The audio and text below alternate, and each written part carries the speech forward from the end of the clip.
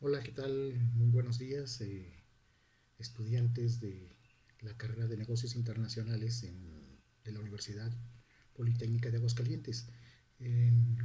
Con base en esta primera unidad y con ya lo que ya les había anticipado en video de presentación, les quiero manifestar también lo siguiente, ¿no? Que dentro del análisis que vamos a ver en esta primera semana y el material que se va a estar consultando, es importante entender, ya se los había, reitero, anticipado, ¿no? De la relevancia que tiene el análisis de cómo se han modificado las conductas, los aspectos culturales que han influido para que el ser humano, al momento de fundar una civilización, de acuerdo a la idiosincrasia que se va formando con aspectos sociales, culturales, religiosos y las propias necesidades, va desarrollando modelos que de alguna forma se van convirtiendo en modelos económicos y formas que después fueron prácticas y posteriormente esas prácticas se fueron generando en una costumbre y después de esa costumbre se vio la necesidad de legislar, establecer leyes. En los primeros registros que tenemos históricos nos encontramos con escrito como tal. Recuerden que la escritura, la primera forma de escritura fue la cuneiforme, que se presentó en las sociedades en Babilonia, los asirios, caldeos, culturas que fueron desarrollando la escritura. Después los fenicios se les atribuye la invención del alfabeto, siendo el bisabuelo o tatarabuelo de, nuestro alfabeto, de nuestros alfabetos contemporáneos que trabajan los fenicios. Y bien, en Mesopotamia sobre todo, es importante entender esas necesidades. Se asientan en un río, buscan el desarrollo de las primeras ciudades que van teniendo presencia en ese mundo antiguo, el trueque y formas de poder comerciar entre ellos y con los pueblos vecinos, con sus pueblos hasta ese aspecto conocido. Y ahorita voy en ese aspecto de los sentidos de globalización, ¿no? Bien, después nos vamos encontrando también en milenios atrás y recuerden, ahí es importante precisar, en la cultura de Mesopotamia también se va a presentar el primer código escrito con normas para realizar la vida práctica, ¿no? De la vida cotidiana, que sería el código de Hammurabi. Y en el código de Hammurabi se establecerán preceptos de matrimonio, de comercio, de desarrollo en la sociedad, sobre todo babilonia. Egipto antiguo, a través de la cultura del río Nilo, también se van desarrollando prácticas. El río Nilo, recuerden que era navegable y que por ahí también surgían o fluían las mercancías que eran necesarias con base en las prácticas que establecieron los egipcios, que sería interesante que ustedes vean cuáles fueron y las estén aportando en su línea del tiempo de una manera puntual y concreta, ¿no? Eh, ¿Cuáles fueron esas prácticas? Después tendríamos sobre todo a la sociedad griega y fenicia, casi contemporáneos. Los fenicios, como ya lo adelanté, pues ellos fueron los comerciantes del mar Mediterráneo. Llegaron su influencia hasta Inglaterra, hasta una de la parte de la Britania, la parte sur, pero hasta allá habían llegado comerciando. En España fundaron ciudades como la actual Cádiz, la ciudad de Cádiz o las ciudades gaditanas, que le llamarían, en el norte de África, Roma y Grecia, los fenicios navegaban. Y hace un momento les dije que íbamos a ver en este aspecto lo que es la globalización. Miren, como que llegamos en un momento en sentir que la globalización fue algo tan reciente, y sí, en varios de los elementos lo podemos entender por parte de los teóricos, ¿no? La gente que ha investigado, decir que por fin quedó todo el mundo. Pero en ese momento, en esos siglos, imagínense, el mundo era ese mundo conocido, el Mediterráneo, hasta donde alcanzaba la tecnología, sus tipos de embarcaciones, la capacidad que tenían, no podían ir más allá del océano, en ese entonces Atlántico, independientemente de que algunos hayan mencionado que ya se tenían mapas o que habían llegado los vikingos y los famosos mapas de Piris Rey, de un pirata, que ya existe un continente más allá del Atlántico. Eh, las caravanas que se circulaban desde Asia hasta lo que es Medio Oriente, lo que podemos decir hacia las zonas de Fenicia, Egipto, Mesopotamia y al empezar hasta Grecia, pues eran caravanas que duraban años, ¿no? Imagínense atravesar los desiertos, atravesar las zonas heladas hasta poder llegar a China. Viene a ser sobre todo esos retos. Podemos atrevernos a decir entonces que eso ya era una globalización, porque era el alcance que tenían hasta ese mundo conocido. En 1492, con el encuentro o la llegada de Colón, pues nos vamos encontrando que también ya se da una incorporación de ese mundo. Las prácticas comerciales fueron determinantes para tal efecto, y ya también se regían por normas, y ahorita vamos a ese aspecto. Grecia también realiza prácticas comerciales, aparte militares, de conquista cultural, también comercial. Roma no sería la excepción.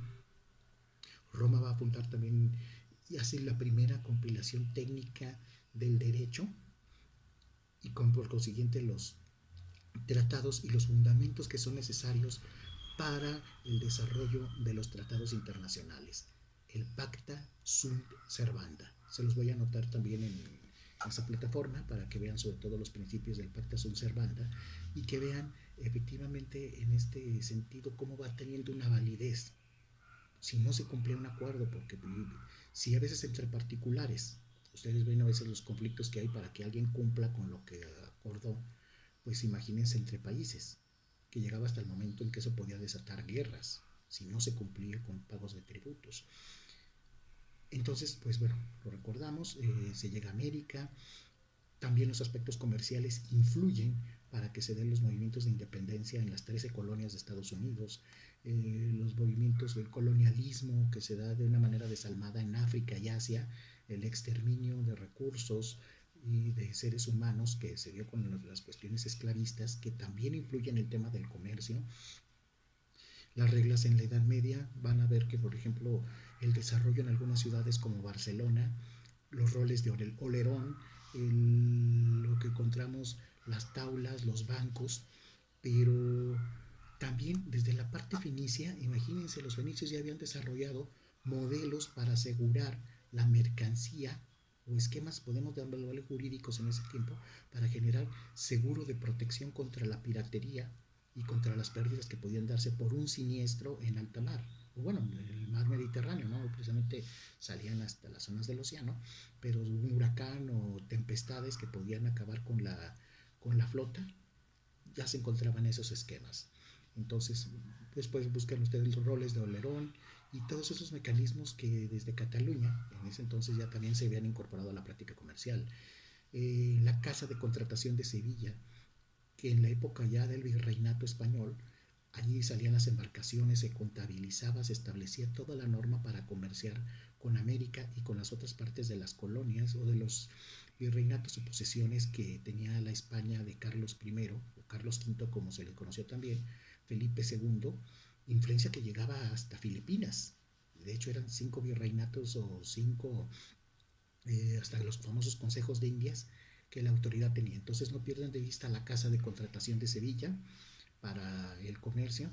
Después vendría ya la emancipación, los movimientos del siglo XIX, la visión napoleónica, la disputa ya entre esas potencias europeas y la emergente Estados Unidos de Norteamérica, ya comienzan sobre todo a visualizarse con el empuje de la revolución industrial, que va a ser determinante eh, para esta evolución.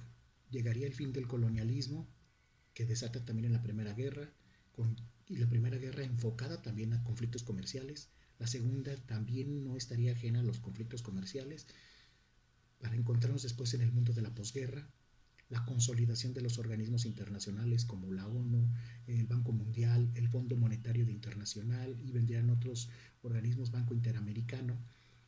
Y ya a finales del siglo XX pues tendríamos sobre todo la visión de los tratados internacionales por bloques comerciales, como sería el NAFTA en su momento, ahora que ha evolucionado en cambiar de nomenclatura y con algunas visiones que han tenido los mandatarios, principalmente Donald Trump y Andrés Manuel López Obrador, en cuanto a la visión comercial de apertura, y que de repente también son cuestionados porque hablamos ahora de visiones que pueden ser hasta proteccionistas, retornar hacia modelos que ya habían sido aparentemente superados.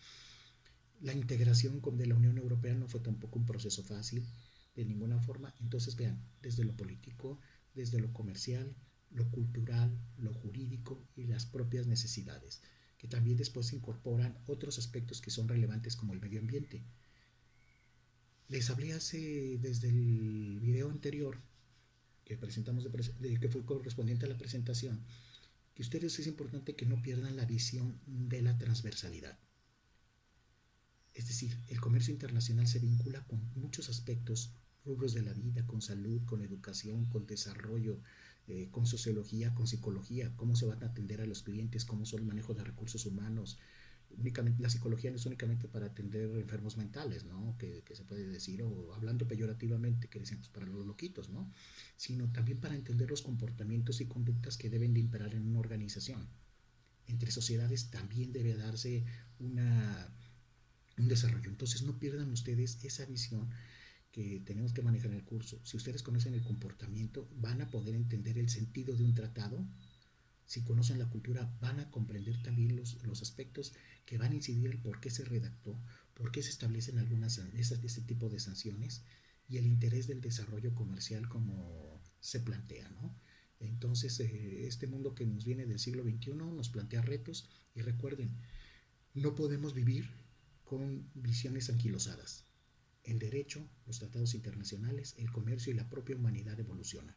Así como ha evolucionado el concepto de globalización, nos vamos a encontrar con nuevos retos en un futuro y lo que ahora enseñamos va a ser de repente caduco. Entonces, aquí la importancia es enseñar, aprender, construir, diseñar y volver a y que nuestras prácticas actuales vayan quedando en la historia para seguir renovando y transformando y contribuyendo a esa evolución en el comercio internacional. Bueno, ya nos veremos en la próxima y estamos en comunicación. Cuídense.